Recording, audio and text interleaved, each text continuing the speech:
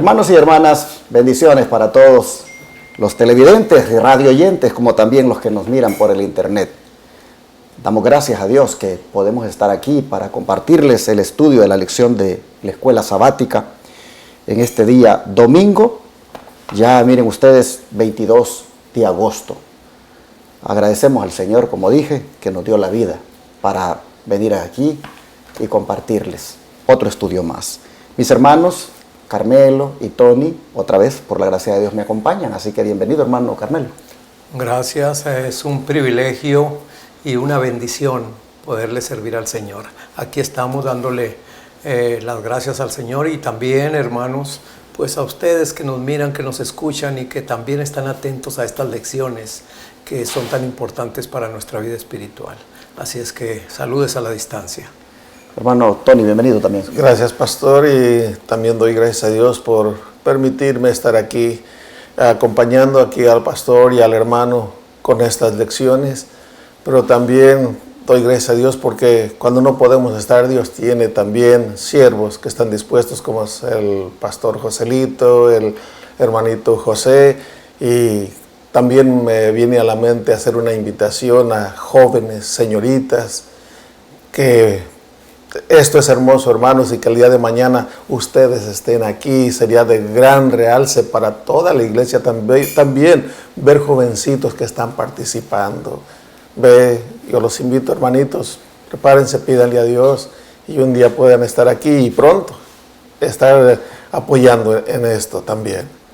Así es, por esa razón es que ustedes bien miran que cuando ellos no están, pues hay otros hermanos que también vienen a poner aquí sus talentos, y porque queremos que otros se desarrollen, queremos que otros hermanos también puedan tener este privilegio de compartir la lección. Por eso es que a veces aparecen otros hermanos también, y lo que sucede con ellos es que ellos siempre tienen el tiempo disponible, digamos, para cuando yo los invite. Si ellos están ahí, fácilmente pueden atender la invitación. En cambio, con los otros hermanos cuesta un poco más por sus trabajos. Los horarios no coinciden algunas veces con este servidor, y por eso es que casi siempre los ven más a ellos, porque ellos disponen más de tiempo, gracias a Dios. Gloria a Dios. Vamos a orar para el estudio de hoy. ¿Qué les parece, hermano Tony, por favor? Sí. Señor Dios santo y poderoso, te damos las gracias, Padre. Vamos a comenzar una semana más, Padre, con estas escuelas sabáticas que para nosotros y para tu pueblo son de gran bendición, porque es donde podemos enfocarnos, escudriñar de tu palabra, meditar en ella, pero también mirarnos a la luz de tu palabra, cómo estamos viviendo, porque lámpara es a mis pies tu palabra y lumbrera a mi camino. Nos muestra cómo estamos ahora, pero también nos muestra a dónde vamos a parar, si hacemos caso o no hacemos caso. Gracias pues por ello, Padre Celestial, en el nombre de tu Hijo amado Cristo Jesús. Amén. Amén. Señor. Esta semana vamos a meditar en las consecuencias que sobrevinieron a la decisión que se tomó allá con los discípulos de que Pablo procediera a los ritos y ceremonias de Moisés, y que luego pues fuera a hacer votos allá al templo. Como vimos la semana pasada, el Espíritu de Profecía dice de que realmente ahí se equivocaron los líderes de la iglesia, que ahí realmente no obró el Espíritu Santo en eso que propusieron a Pablo, y el Pablo mismo pues tuvo su lado allí débil y entró en contradicción, porque no debió haber procedido a eso que los discípulos le dijeron. Pues eso, hermanos, trajo consecuencias terribles para Pablo, y lo vamos a ver esta semana. Vamos a mirar cómo Pablo esta semana lo que hicieron con él fue casi parecido a lo que hicieron con Cristo. En muchas cosas fue exactamente lo que hicieron con Cristo. Así que el apóstol bajo asedio es el título de la lección de hoy. Un asedio es cuando te acorralan y no te dejan salir. Y Pablo prácticamente lo pusieron en esa condición. Pero qué sufrimientos los que experimentó este apóstol. Vamos a verlos en detalle, solamente que comencemos a partir de aquella vez, cuando el Señor le dijo en cierta manera hacia dónde lo iba a mandar. ¿Qué le parece, hermano Tony, si lee el versículo de memoria? Sí, en Hechos 22, 21 dice, pero me dijo, ve, porque yo te enviaré lejos a los gentiles. Qué hermoso es poder escuchar la voz de Dios. Y debiéramos escuchar la voz, porque su palabra dice, mis ovejas oyen mi voz y me siguen. Si no escuchamos la voz de Dios, algo está pasando en nosotros. Se los digo, como yo cuidé chivas de niño, y tenía una chivita que desde que nació la anduve cargando y me la dieron. Y así es que oía mi voz, pero una vez que yo le gritaba ya no me respondía, estaba en el corral. Y me respondió muy leve. La segunda vez que le grité ya no me respondió y yo sabía que algo le había pasado. Cuando salieron todas las chivas y fui a ver, estaba tirada muy inflada de la panza. Había comido algo que estaba muriéndose. Entonces mi madre tuvo que intervenir, yo no quería ni ir a cuidarlas. Pero a lo que quiero explicar con esto es que siempre me respondía, pero cuando estaba enferma, esa vez que se enfermó, no me respondía. Y eso es lo que pasa con nosotros también. Si no oímos la voz de Dios, algo está pasando. La enfermedad del pecado está en nosotros. Pero aquí Pablo escuchó la voz de Dios y le dijo, ve que yo te voy a enviar lejos a los gentiles. Iba a ser embajador de nuestro Señor Jesucristo, lejos de su tierra a los gentiles. Y vemos en estas escuelas sabáticas que así sucedió. Él a donde iba, predicaba y también cuando se le impedía, no vayas allá, oía la voz de Dios y obedecía. Hermanos, todo lo que involucraba esa orden del Señor, ve porque yo te enviaré lejos a los gentiles. ¿Qué involucraba, hermanos? Involucraba lo mismo que tenía que hacer Abraham cuando le dijo, deja tu tierra y tu parentela y vete a un lugar que yo te mostraré. Y así salió aquel hombre sin saber a dónde iba. Hermanos, cuando a Pablo se le dice, ve porque yo te enviaré lejos a los gentiles, allí, hermanos, le está diciendo, no es aquí en Jerusalén donde yo te necesito. Aquí vas a dejar a tus compañeros rabinos, a las gentes que has conocido, a los eruditos con los que te has rodeado. Vas a dejar aquí tu iglesia madre, tus amigos, tus parientes, y vas a ir lejos. Y cuando Pablo escucha los gentiles, estamos hablando, hermanos, de los paganos. Estamos hablando de que la misión que le toca ahora a él es evangelizar a personas que tienen que ver con hechicería, que tienen que ver con idolatría. Personas, hermanos, que realmente no son tan fáciles de ganar para el Señor. Pero esa es la misión que se le encomienda. No es una misión fácil. Hay que ir a pueblos de gente desconocida. Hay que ir a lugares donde no sé cómo me van a recibir. Y nosotros hemos visto en estas lecciones cómo lo recibieron los judíos. Y gracias a Dios, los gentiles, ellos abrieron su corazón al mensaje. Pero cuando usted le dice, ve a los gentiles, con los prejuicios que tiene para con ellos, cuando sabe que esos están en otros lugares que no es Jerusalén, pues usted posiblemente como humano lo piensa y dice, ¿cómo? Por ejemplo, el otro día hablando con un hermano, ya los conté creo, me decía él de que él quiere irse a trabajar allá a un país musulmán, a irse como misionero. Yo cuando escucho esa palabra, musulmán, rápido conecto mi mente con la oposición que algunas veces ellos manifiestan hacia el cristianismo. Y por lo que se ha mirado en noticias, uno ve cómo es de peligroso andar predicando en esos países. Pero él de todas maneras siente ese llamado a ir para allá. Que Dios lo bendiga y Dios prospere la obra que va a ir a hacer allá. Amén. Porque estamos hablando de que te vas a ir a enfrentar a otra cultura, a gente con otro trasfondo religioso y también con, podríamos decir, pues con comidas diferentes y tantas cosas, hermanos. Pero así es cuando una persona obedece un llamado, como decía el hermano Tony. Todo esto está involucrado en lo que Pablo estaba oyendo cuando le dice el Señor, ve porque te enviaré lejos a los gentiles.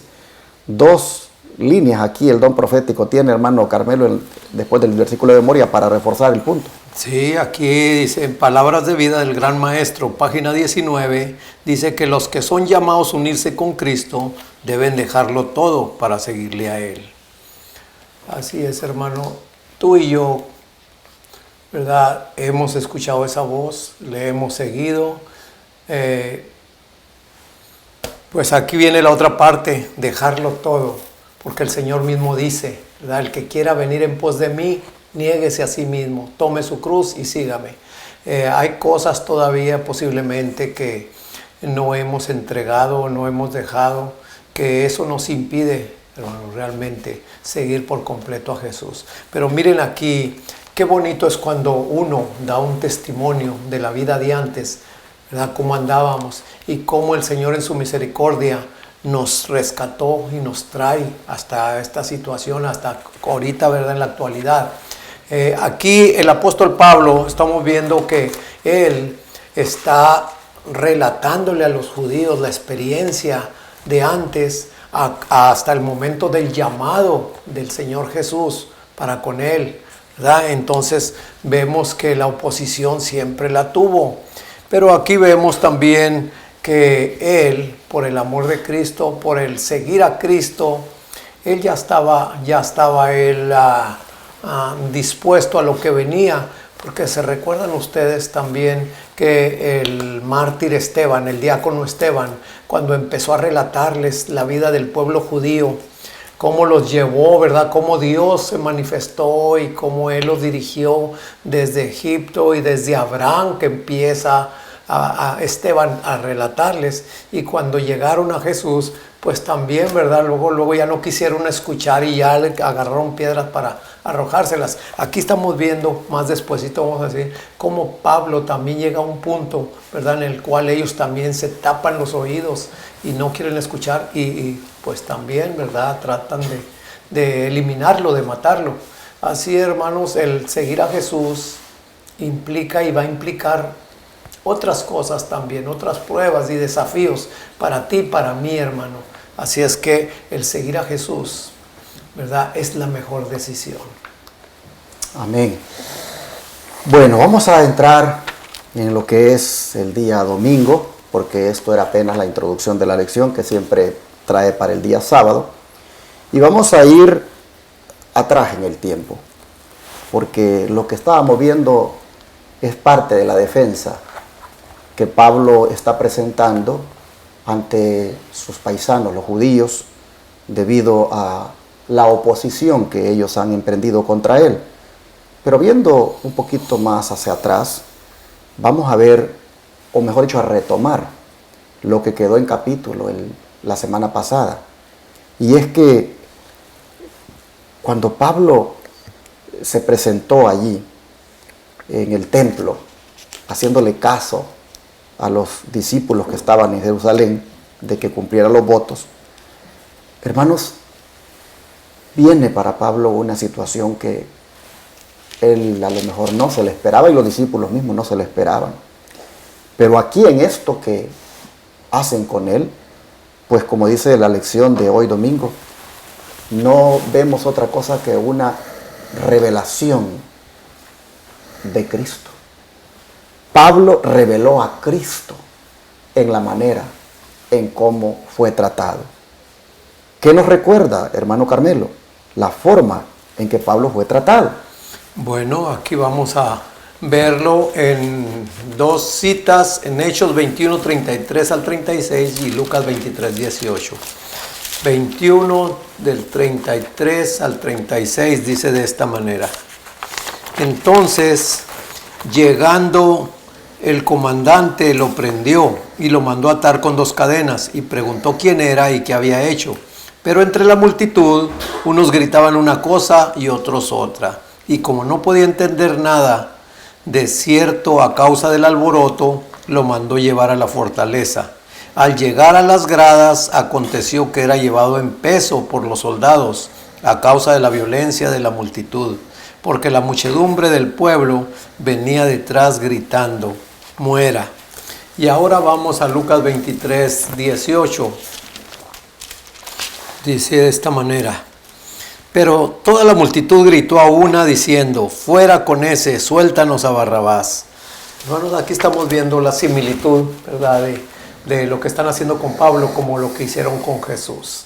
Entonces, aquí vemos que hasta tú y yo, hermano, cuando hablamos con otra persona, me tocó en una ocasión, ¿verdad?, que yo visité a una familia en una ocasión y había varias personas allí de otra denominación. Y cuando yo llegué, porque yo andaba de colportor, entonces pues estaba con los libros, ¿verdad? Pero de repente ustedes saben que uno va a otra iglesia o esto, y empezó luego uno de ellos a preguntarme: ¿y tú por qué esto? ¿Y tú por qué lo otro? Entonces, ¿verdad? Pues ya les dije, pues esta sería otra ocasión que pudiéramos hablar, ¿verdad? Ahorita me gustaría hacer... No, es que nos gustaría saber esto.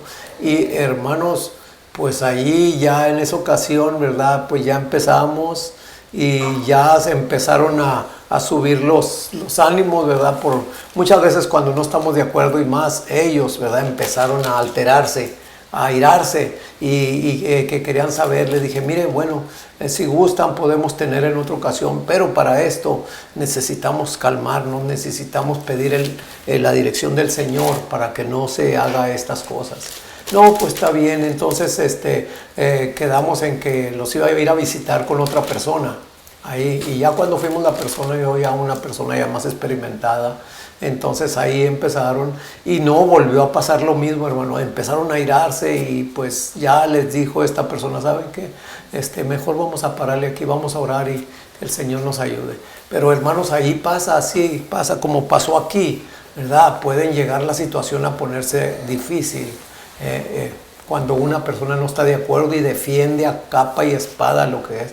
Y no es eso. Nosotros debemos de respetarnos unos a otros, debemos de respetar nuestra fe, poner los puntos de vista de lo que la palabra de Dios dice, y es todo. La obra es del Espíritu Santo, pero a veces nosotros la queremos hacer. Y aquí los judíos podemos ver con Pablo que estaba pasando lo mismo que había pasado con Jesús. Imaginémonos el cuadro. Los judíos tienen a Pablo ya para matarlo. Lo han arrastrado y están ya para quitarle la vida, cuando de repente miran a este tribuno llamado Claudio Lisias, que viene con centuriones y soldados. Un tribuno estaba a cargo de una compañía de 1000 soldados romanos, era una guarnición, y él agarró unos cuantos centuriones, que eran oficiales que estaban a cargo de 100 soldados, agarró unos cuantos centuriones, no sé si 2 o 3, yo no sé, pero con otros soldados, y vino para ver cuál era el escándalo, porque donde hubiera una guarnición romana, el tribuno, el encargado o el oficial de rango encargado tenía que poner orden. Y cuando él escucha que hay un alboroto y se trata de un hombre que lo quieren matar, que lo han arrastrado y lo quieren matar, él se aboca, ¿verdad?, para ver de qué se trata. Y cuando lo ven los judíos, que un miedo que también le tenían a los romanos, se detienen e inmediatamente dejaron, dice, de golpearlo. Y el tribuno creyendo que si lo estaban golpeando era porque culpable de algo era, pues lo manda a atar con 2 cadenas. Hermanos, y después que lo ata con 2 cadenas, pregunta quién es y qué ha hecho. Ya solo coopera el siervo de Dios atado con 2 cadenas. Ya eso, hermanos, ya a mi mente viene un cuadro bastante fuerte, la impresión. ¿Por qué tiene que ser atado con 2 cadenas? ¿Que no está mirando que está indefenso? ¿Que le están dando de golpes? ¿Que si no es porque él ha aparecido lo matan? Porque ahora viene y lo atan con 2 cadenas. Bueno, así nosotros vemos que este hombre sin duda apareció como providencia de Dios para que no mataran a su siervo, el apóstol Pablo. Y miren ustedes hasta dónde llegaron, de decir las mismas palabras que dijeron de Cristo: muera. Por eso que la lección se llama revelando a Cristo. Muera. Lo mismo que dijeron del Señor. Es lo de profecía que nos dice, hermano. Sí, vamos a leer en Consejos para los Maestros en la página 410. Dice así: cuando se estaba juzgando al Hijo de Dios, los judíos clamaron: quítale, crucifícale. Hermanos, ¿por qué razón es que los judíos que mencionaban o se jactaban de ser los guardadores de Dios, los seguidores, los maestros, los que enseñaban, o era el pueblo de Dios en sí que tenía el conocimiento de la ley de Dios, de los mandamientos, ahora quería matar a Cristo Jesús? ¿Cuál era el motivo? Dice así: porque su vida pura y su enseñanza santa los convencía de pecado y los condenaban. ¿Cierto? Cuando se está hablando la verdad, o cuando estamos haciendo algo y queremos que otro haga lo que nosotros estamos haciendo, y aquel se resiste y nos dice: no, yo no hago eso, eso no está bien, no está bien hecho. No queremos que venga con nosotros, no queremos que esté con nosotros porque nos está diciendo que nuestra conducta es mala. Eso era lo que pasaba. El Señor, su vida pura y santa, era una acusación hacia la vida de ellos. Y por eso querían matarlo, porque los estaba siempre con su conducta diciendo: están mal, están mal.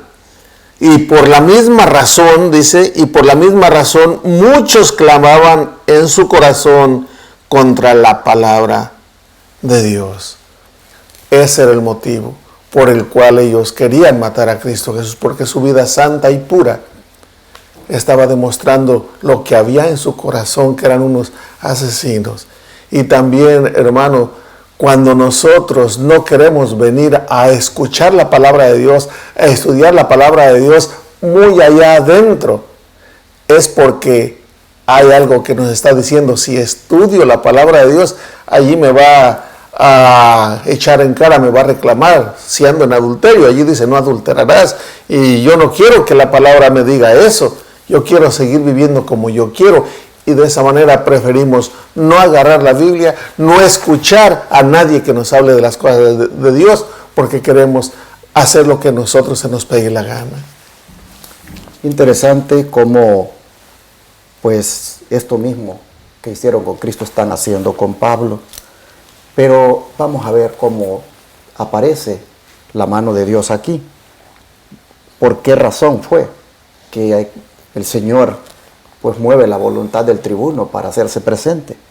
¿Por qué, hermano Tony, la divina providencia abrió el camino en defensa de Pablo? Sí, aquí en Hechos capítulo 21, del 37 al 39, dice así: cuando comenzaron a meter a Pablo en la fortaleza, dijo al tribuno: ¿se me permite decir algo?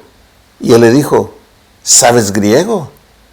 ¿no eres tú aquel egipcio que levantó una sedición antes de estos días y sacó al desierto los 4,000 sicarios? Entonces dijo Pablo: yo de cierto soy hombre judío de Tarso, ciudadano de una ciudad no insignificante de Cilicia, pero te ruego que me permitas hablar al pueblo. Aquí Pablo, al contestarle a este tribuno, le dice: no, yo no soy ese egipcio, yo soy judío. Y de donde yo nací no son bárbaros. En otras palabras, le está diciendo: soy de Tarso, una ciudad, como dice aquí, soy hombre de Tarso, ciudadano de una ciudad no insignificante de Cilicia. Tarso no era cualquier ciudad, era una ciudad, de acuerdo a la palabra, era conocida, era algo prominente. Y Pablo no era ningún ignorante. Pero aquí yo estoy mirando algo que se le quería de alguna manera incluir o echar cosas malas que se habían venido haciendo antes. Lo mismo que está pasando hoy en día, desgraciadamente, en el gobierno de algunos países, entre ellos pues nuestro querido México, que se agarra a gente inocente y se le está inculpando de crímenes que no han cometido. Así aquí también ya se le estaba diciendo: ¿no eres tú ese egipcio que levantó a esos sicarios? Desgraciadamente el enemigo, queriendo destruir la obra del Señor y a sus mensajeros, urde toda clase de artimañas para poder acabar con ellos, pero siempre Dios está al control. Amén. Y eso es lo hermoso. No cabe duda que Pablo era un hombre culto, no era un delincuente. Y por eso se sorprende el tribuno, porque le dice: ¿sabe griego? Se sorprendió de que Pablo le hablara griego, porque eso le demostró a él de que no era lo que él pensaba. Realmente era un hombre culto, pero al mismo tiempo asocia lo que había pasado tiempo atrás con ese egipcio que había levantado una revuelta contra Roma y que se había propuesto con sus terroristas sacar a Roma de Palestina. Inmediatamente se lo hace ver a Pablo, pero es como decir: ¿cómo? ¿Habla griego? ¿No eres entonces el egipcio que ha regresado y que por eso te han dado esta paliza y te querían matar? Porque en cierta manera están haciendo justicia, porque has pervertido la ley. O sea, hay una sorpresa allí. De repente hay un hombre que al tribuno le parece un hombre con cultura, pero al mismo tiempo en la mente de él pensaba que era el egipcio.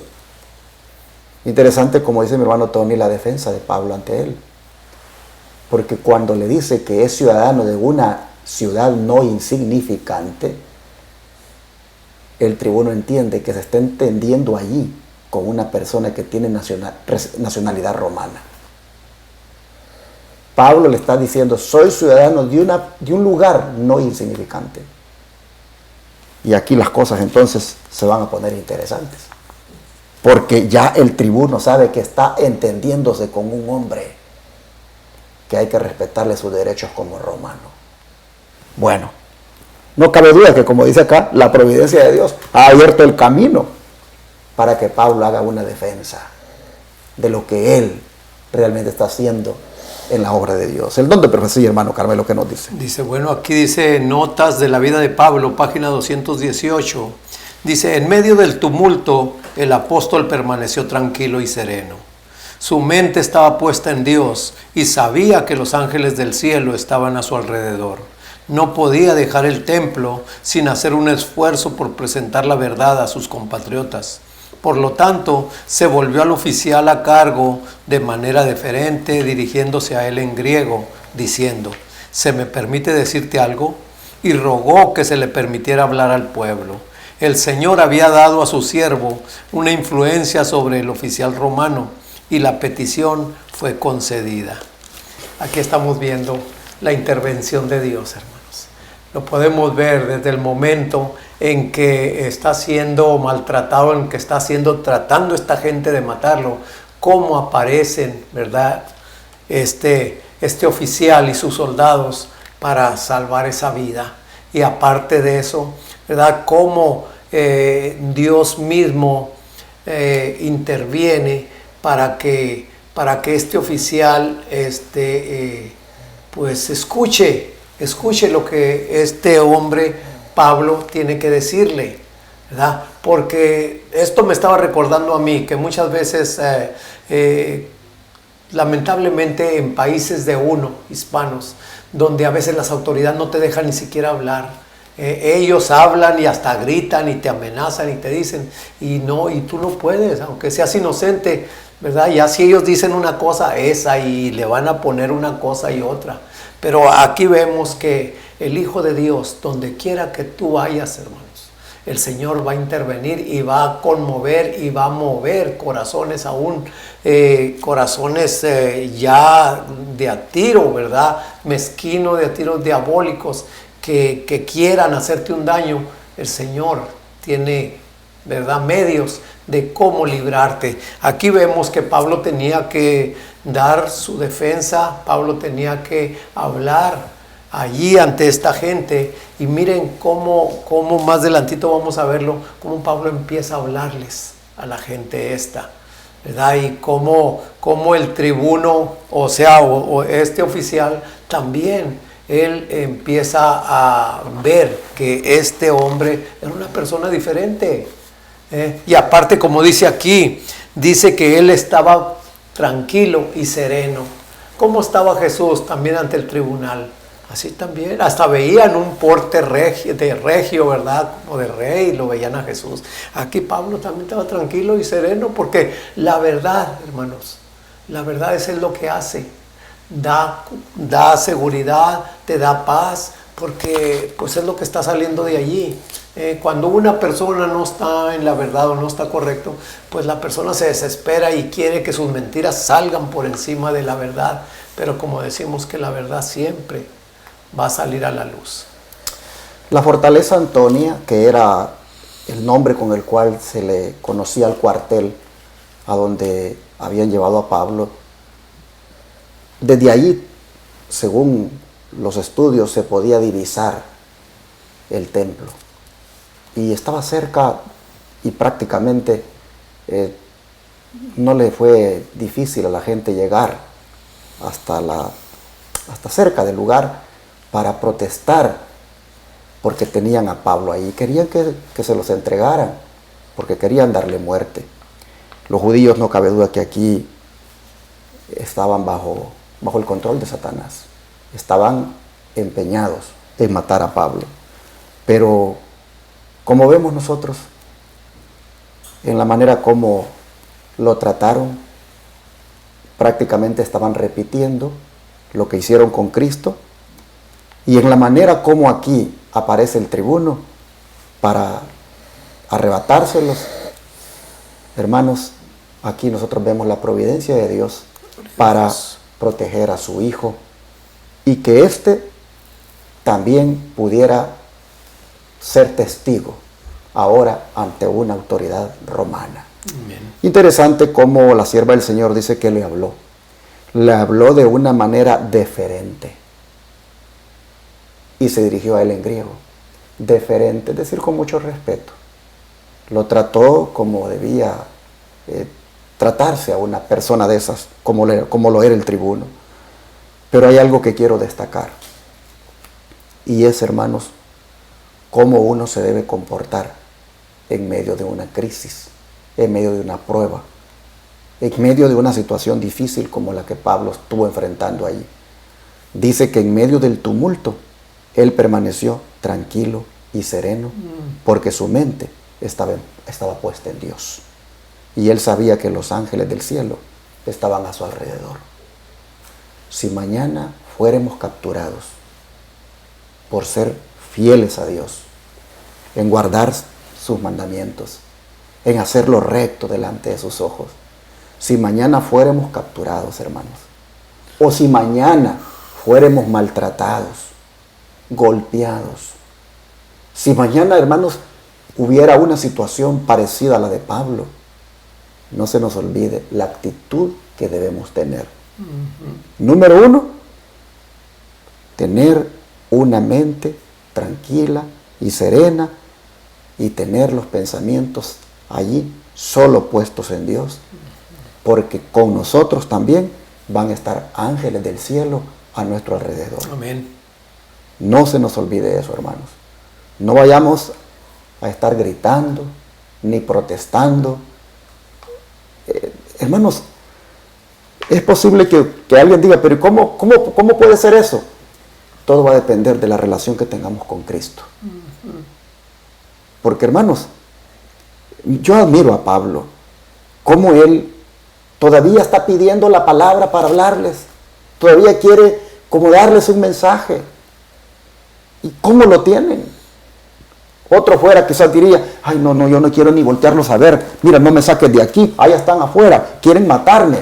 No, le dice, está pidiendo permiso para hablarles. Interesante esto, hermanos, porque así terminó el versículo, ¿verdad? Entonces Pablo dijo, bueno, no, todavía no, sí, pero te ruego que me permitas hablar al pueblo. Yo no sé ustedes, hermanos. Si ustedes saben que allá afuera está un montón de gente que los quiere matar, y saben que ya les dieron de palos, que si no es porque el tribuno apareció, los hubieran matado, que todavía quieren pedir las palabras para hablarles. Solo puede ser una persona que tiene a Cristo en su corazón y que está sereno, está tranquilo, sabe que Dios está con él y que hay ángeles que lo cuidan.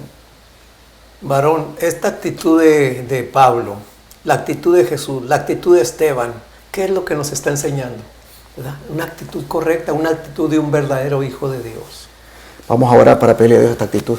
¿Qué les parece? Amén. Padre nuestro, no cabe duda, Señor, de que al ver lo que Pablo nos presenta en su manera de reaccionar a los sufrimientos, a las injusticias, a los maltratos, no cabe duda, Señor, de que tú quieres darnos aquí un mensaje de lo que tú esperas también de nosotros en los momentos de crisis.